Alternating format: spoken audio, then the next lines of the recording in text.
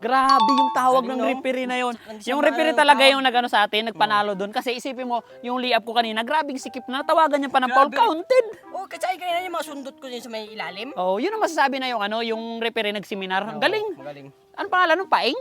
Ah, yan na pala yung siya nakarayan, kapitbahay dyan sa may kabila. Magaling. Ang kalaban natin, Anspo, di ba? Oo. Grabe rin kasi yung jersey ko parang mapunit. Maganda yung tawag niya. Magaling, Referee. di tsaka tinan mo yung sa ilalim kanina, yung 30 seconds. Tinawagan niya kaagad, di ba? Grabe. Mabilis din 3 talaga. seconds. Oo, yun na. 30 seconds yan. Sana next time siyang kun ni Mayor, no? Kaya nga dapat sa Tara. naman eh. Referee na yun. Siya ka talaga nagpatalo sa team namin, ah. Ano man yung referee na yun? Ay, naka kasi. Katigas. Nagreklamo ka na sa barangay? Oo eh. Sabi niya doon kayo na, grabe daw ang tawag niya, hindi maano.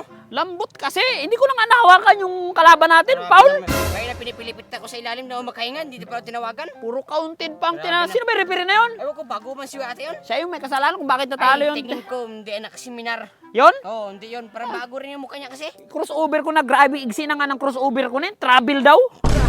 Kaya na, di ba yung pag-liap ko kayo na? Oh. Goaltending daw, ba naging goaltending yun? Yung liap mo, gultending. Ano tawag yun? Ikaw nagliap? Ikaw na gultending pa rin? Kaya nga, technical pa ako, nagkindat lang ako sa kasama ko. Technical daw.